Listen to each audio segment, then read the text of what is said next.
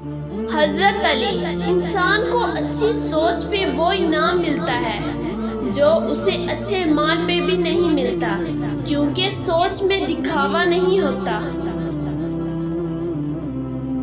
اللہ کے خوف سے گرنے والا آنسو بے شک چھوٹا کیوں نہ ہو، لیکن اس میں اتنی طاقت ہوتی ہے کہ وہ سمندر کے برابر گناہ مٹا دیتا ہے۔ رب کی ناراضگی: اللہ ناراض ہو کر روٹی نہیں چھینتا، سجدے کی توفیق چھین لیتا ہے، اور یقین مانو یہی سب سے بڑا خسارہ ہے۔ جب نیت میں کھوٹ آ جائے تو پھر یہ تینوں چیزیں رستہ بدل لیتی ہیں: مال، رزق اور محبت۔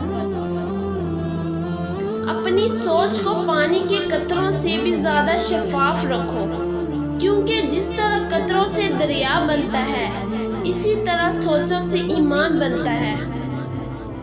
عبادت صرف جان نماز پڑھ ہی نہیں، یہ میٹھی زبان سے، اچھے الفاظ سے اور خوبصورت رویوں سے بھی ہوتی ہے۔